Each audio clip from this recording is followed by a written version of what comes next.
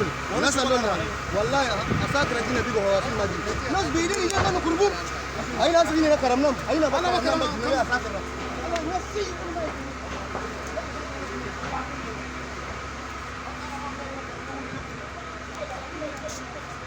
Bonsoir, Dr. Gadigué. Oui, bonsoir, Monsieur Boukam. L'actualité du Cameroun et d'ailleurs montre une forme appelons ça comme le mot doit l'indiquer, parce que s'il faut utiliser les machettes pour couper des personnes, c'est de la barbarie. Il n'y a pas un autre nom pour dire ça. Vous, en tant qu'originaire de cette partie septentrionale du Cameroun, en tant qu'intellectuel de cette partie septentrionale du Cameroun, je rappelle à nos téléspectateurs que vous êtes docteur en sociologie et que vous préparez une thèse en philosophie. Donc, vous avez qualité, vous avez toute l'expertise pour dire quelque chose sur la question. De quoi s'agit-il vraiment? Merci de me passer la parole. Nous sommes en train de suivre de près l'actualité sociopolitique qui est en train de défrayer la chronique ces derniers jours du côté du Logo-Nechari. Il s'agit tout simplement de l'embrasement entre deux communautés qui sont appelées à vivre ensemble dans un même corridor du bassin du lac Tchad. Les belligérants sont la communauté arabe Shoa et la communauté Mousgoum. Néanmoins, les Mousgoum sont appuyés par leurs frères et voisins Massa. Voilà, oui. Il s'agit. Quel est le lien qu'il y a entre les Massa et les Mousgoum? Bien. J'ose croire qu'il va d'abord falloir faire le distinguo entre ces peuples. Ici, dans le Grand Nord du Cameroun, depuis le trafic transsaharien des esclaves noirs, avant même l'implémentation de ce qu'on appelle la TNT, c'est-à-dire la traite négrière transatlantique, impulsée par les colons occidentaux au XIXe siècle.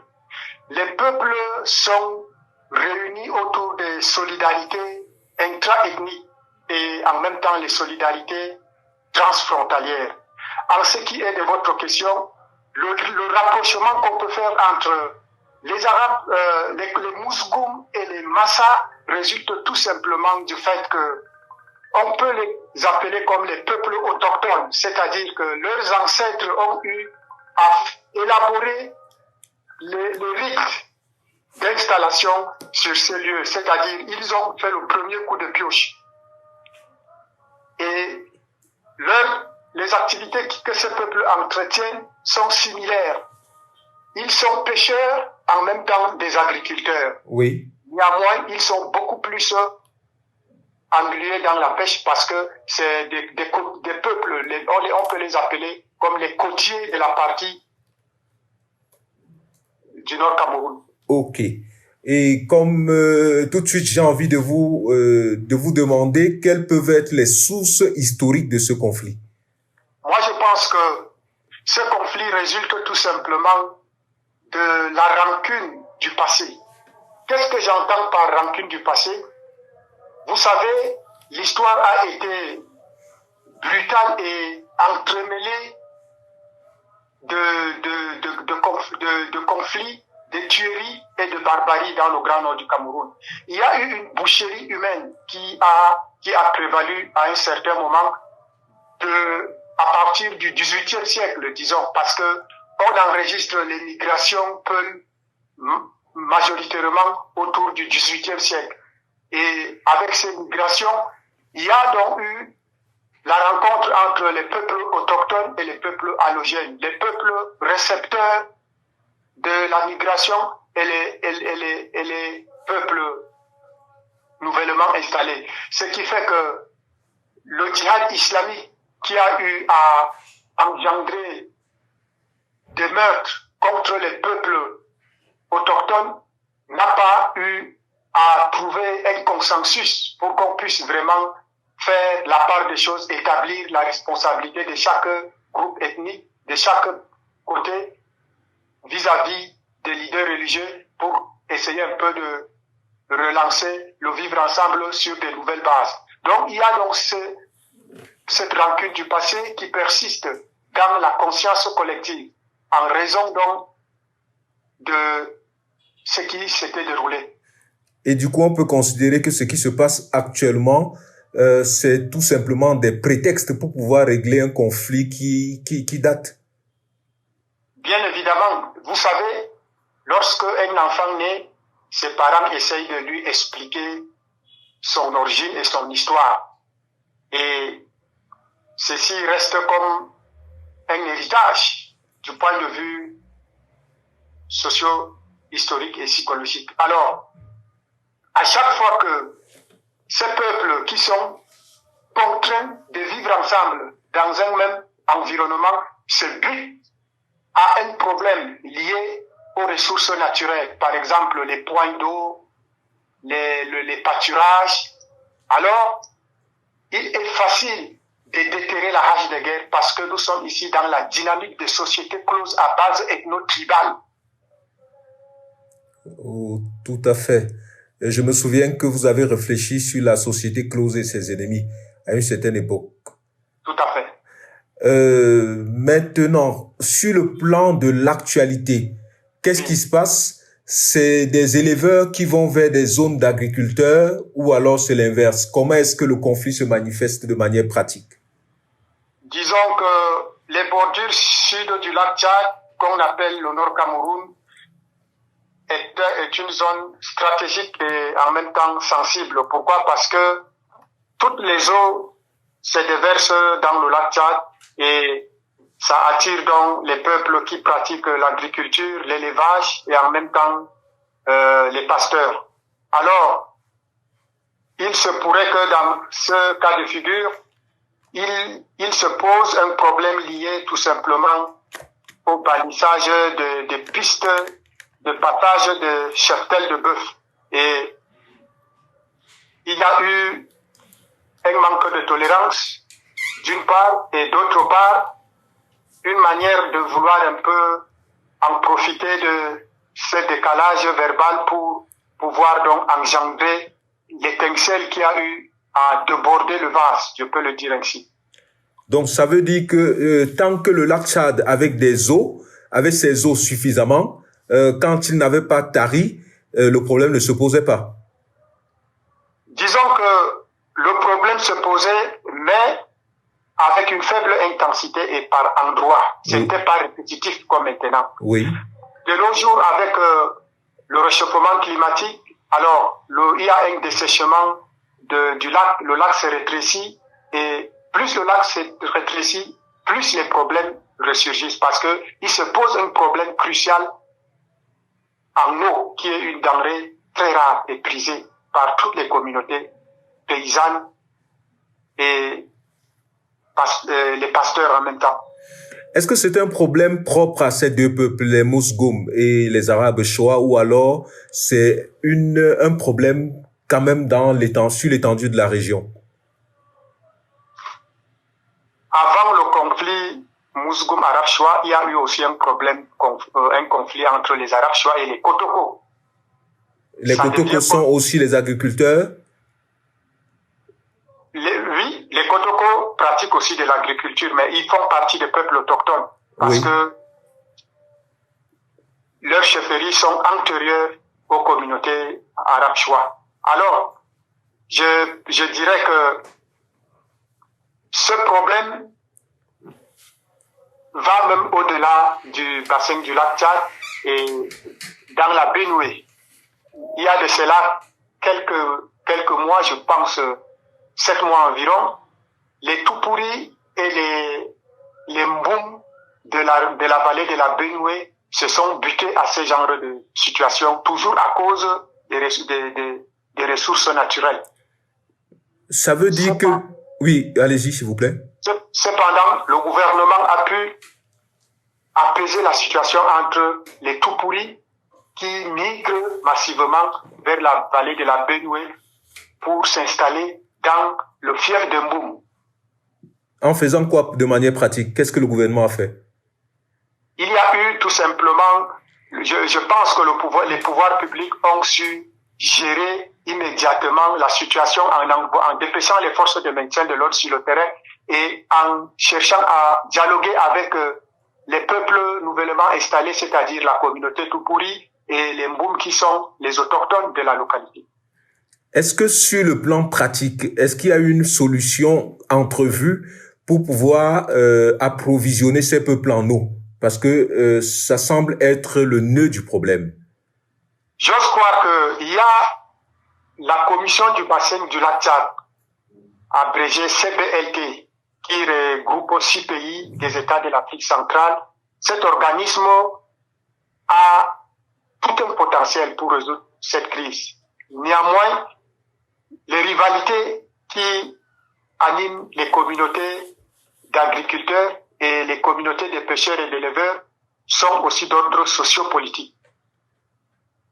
La décentralisation devrait peut-être résoudre ce problème, mais jusqu'ici, la décentralisation n'est pas effective, malgré le fait qu'on a eu à créer le conseil régional dans presque toutes les régions du pays, mais la population ne touche pas du doigt les retombées de la décentralisation. Et certains pouvoirs sont encore entre les mains des administrateurs civils principaux, certains pouvoirs décisionnaires. Moi, je ne trouve pas qu'un gouverneur puisse avoir le dessus sur le président du conseil régional. Alors, si tel est le cas, ça veut dire que la décentralisation n'est pas antique. Il faut revoir de quelle décentralisation parlons-nous. Il s'agit d'une décentralisation des services ou une décentralisation administrative au sens noble du terme. Est-ce qu'on peut compter sur les chefs traditionnels, sur les chefs religieux pour résoudre le problème? Parce que finalement, on a l'impression qu'il y a un problème de tolérance que un peuple doit avoir envers les autres peuples. Est-ce qu'on peut compter sur les chefs traditionnels? À mon avis, j'ose croire que on peut compter sur les chefs traditionnels, mais de manière symbolique, parce que ils sont les auxiliaires de l'administration et ils contrôlent les villages où vivent ces communautés. Mais leur rôle ne sera que symbolique. Il va plutôt falloir compter sur les leaders de ces communautés. Et quand vous dites leader, vous voulez dire élite peut-être? Oui, il faut compter sur les élites, c'est-à-dire les personnes ressources qui peuvent vraiment chercher à échanger avec leur communauté pour changer la situation. Est-ce que vous connaissez quand même quelques noms? Tout à fait. À mon avis, j'ose croire que du côté de la communauté Mousgoum, nous avons le colonel Kalkaba Malbou. C'est une personnalité ressource avec son expertise et son expérience. J'ose croire qu'il peut vraiment apporter un ouf de soulagement pour apaiser la situation chez les Mousgoum. Et de l'autre côté, nous avons l'honorable député Kamsoulou Abakabir chez les Arabes Choua. Il peut aussi interpeller sa communauté pour se calmer. C'est-à-dire que, comme vous venez de le dire, il partirait certainement de Yaoundé pour aller rassembler les communautés et discuter avec elles. Tout à fait. Et vous pensez qu'on peut vraiment espérer une solution de cette médiation? Si ces membres de l'élite de chaque communauté se décident, on peut avoir déjà une sortie de crise. Mais tant qu'on ne fait pas recours à ces gens, on fait recours au gouverneur, au préfet, au chef traditionnel, la montagne risquerait accoucher d'une souris. Docteur Djaligé, qui doit faire recours à eux? Leur propre communauté? Qui? Le gouvernement? Eux, en tant que fils de ces communautés, avec 10 000 personnes qui sont allées vers le Tchad, on reviendra tout à l'heure. Est-ce que vous pensez que c'est possible que ce soit une initiative de l'un et de l'autre? Ou bien de l'un avec l'autre? Moi, je pense que ils sont au courant de ce qui se passe forcément, respectivement dans leur terroir eux-mêmes. Oui. Mais, comme l'humilité précède la gloire, ils ne peuvent pas s'auto-proclamer comme leaders pour gérer cette tension entre les peuples Mousgoum et les peuples arabes chois. Il va falloir que les pouvoirs publics puissent vraiment aller les inviter pour une assise. Du coup, vous lancez là un appel au pouvoir public en leur donnant quelques indications. Tout à fait. C'est un coup de pied et un appel afin que les choses puissent vite aller parce que il y a déjà 30 000 personnes, selon l'œil du Sahel, qui ont traversé la rive pour se retrouver du côté du Tchad comme réfugiés. Et justement, allons-y. 30 000 personnes qui ont des problèmes dans la partie septentrionale du Cameroun et qui décident, au lieu de revenir vers les zones plus administrées du Cameroun, d'aller vers le Tchad. Qu'est-ce qui se passe? Pourquoi ce choix? Les populations préfèrent aller vers le Tchad d'abord pour chercher un horizon clément et éviter de se faire tuer, mais il ne faut pas perdre de vue que les frontières qui séparent les États du bassin du lac Tchad sont des frontières poreuses qui sont tantôt artificielles, tantôt naturelles, dont la traversée est facile. Toute proportion gardée, s'il faut entrer en profondeur, il me semble qu'il y a une double solidarité. Il y a la solidarité transfrontalière et la solidarité transethnique. Néanmoins, la solidarité transfrontalière qui consiste à faire des échanges des biens de consommation et des services est trop limitée parce que la solidarité intra-ethnique vient renforcer les liens entre les familles, étant donné que c'est le sang. Le sang est plus fort que l'économie. Ces peuples vont donc dans leur famille, frères de l'autre côté de la frontière, ils vont dans leur famille du Tchad. Que ce soit les Mousgoum, les Massa, les Arabes Choua, tous sont représentés aussi du côté du Tchad. Donc ça veut dire que nous avons les Mousgoum du Cameroun et les Mousgoum du Tchad. Nous avons les Arabes Choua du Cameroun, les Arabes Choua du Tchad, et nous avons les Massa du Cameroun et les Massa du Tchad. Et leur disposition au Tchad doit être différente. Parce que, est-ce que le problème ne pourrait pas se déporter en territoire tchadien? Puisque les peuples en se déplaçant, se déplacent avec leur manière d'être, leur manière de faire, leur élevage ou bien et leur agriculture. Comment est-ce que vous entrevoyez cela? Est-ce que on ne va pas déporter le problème dans le territoire tchadien? Au risque de créer un conflit, au moins administratif, entre le Cameroun et le Tchad? J'ose croire que cette hypothèse n'est pas à exclure. Néanmoins, elle ne peut pas être fondée en raison dans la mesure où l'État tchadien ne peut pas accepter qu'on déporte ce conflit dans son territoire. Ça sera un peu comme si on était en train de violer sa neutralité. Et du point de vue de l'actualité, il se pourrait que ce conflit va plutôt se déporter dans le département du Mayo-Danaï, chef-lieu Yagua. Parce que, selon les langues qui se délient, il y a des personnes qui ont aperçu des Arabes se réunir dans le Mayo-Danaï et du coup, ça a attiré un peu l'attention des Mousgoum et des Massa. Voilà un peu ce que je peux apporter comme réponse à votre question. Mais transposer ce conflit du Cameroun vers le Tchad me paraît un peu difficile parce que l'armée tchadienne ne va pas se laisser faire. Cependant, dans la psychologie des belligérants, la frontière n'est que artificielle et arbitraire parce qu'on ne peut pas séparer des familles et des peuples frères sous la base d'un tracé arbitraire de frontières à cause de la colonisation. Est-ce qu'il y a un peuple dominant entre les deux peuples? Est-ce que l'un domine l'autre?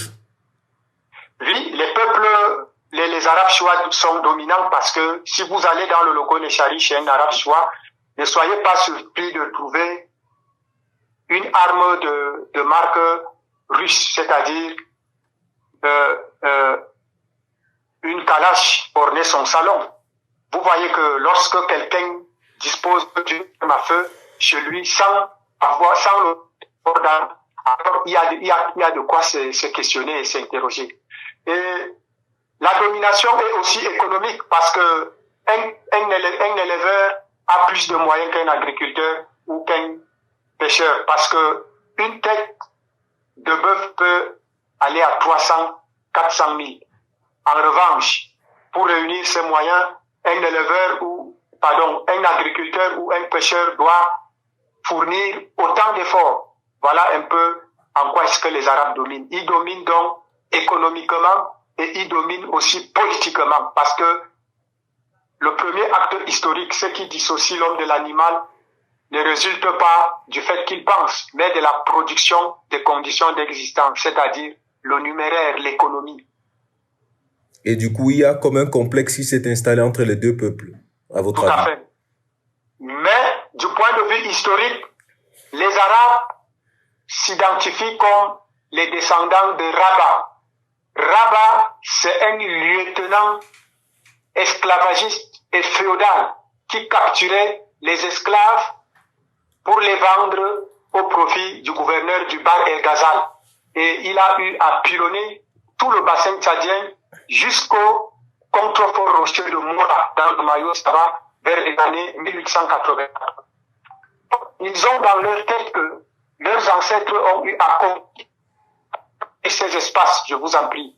En revanche, les peuples autochtones, Mouzgoum et Massa, s'identifient à la terre en raison des rites que leurs ancêtres ont eu à faire, c'est-à-dire les premiers coups de pioche. Et du coup, donc voilà le problème. Ok. Et du coup, il faut trouver une forme d'arbitrage qui résolve le problème, certainement sur le plan économique. Sur le plan économique, sur le plan politique et sur le plan culturel. Merci infiniment, Dr Dialigué. C'est moi qui vous remercie. Merci d'avoir répondu aux questions de Ouafrica TV. Et nous revenons vers vous très bientôt pour la suite de ce conflit ou bien pour d'autres actualités dans le Grand Nord. Merci bien. Bonne soirée. Merci, docteur. Bonne soirée.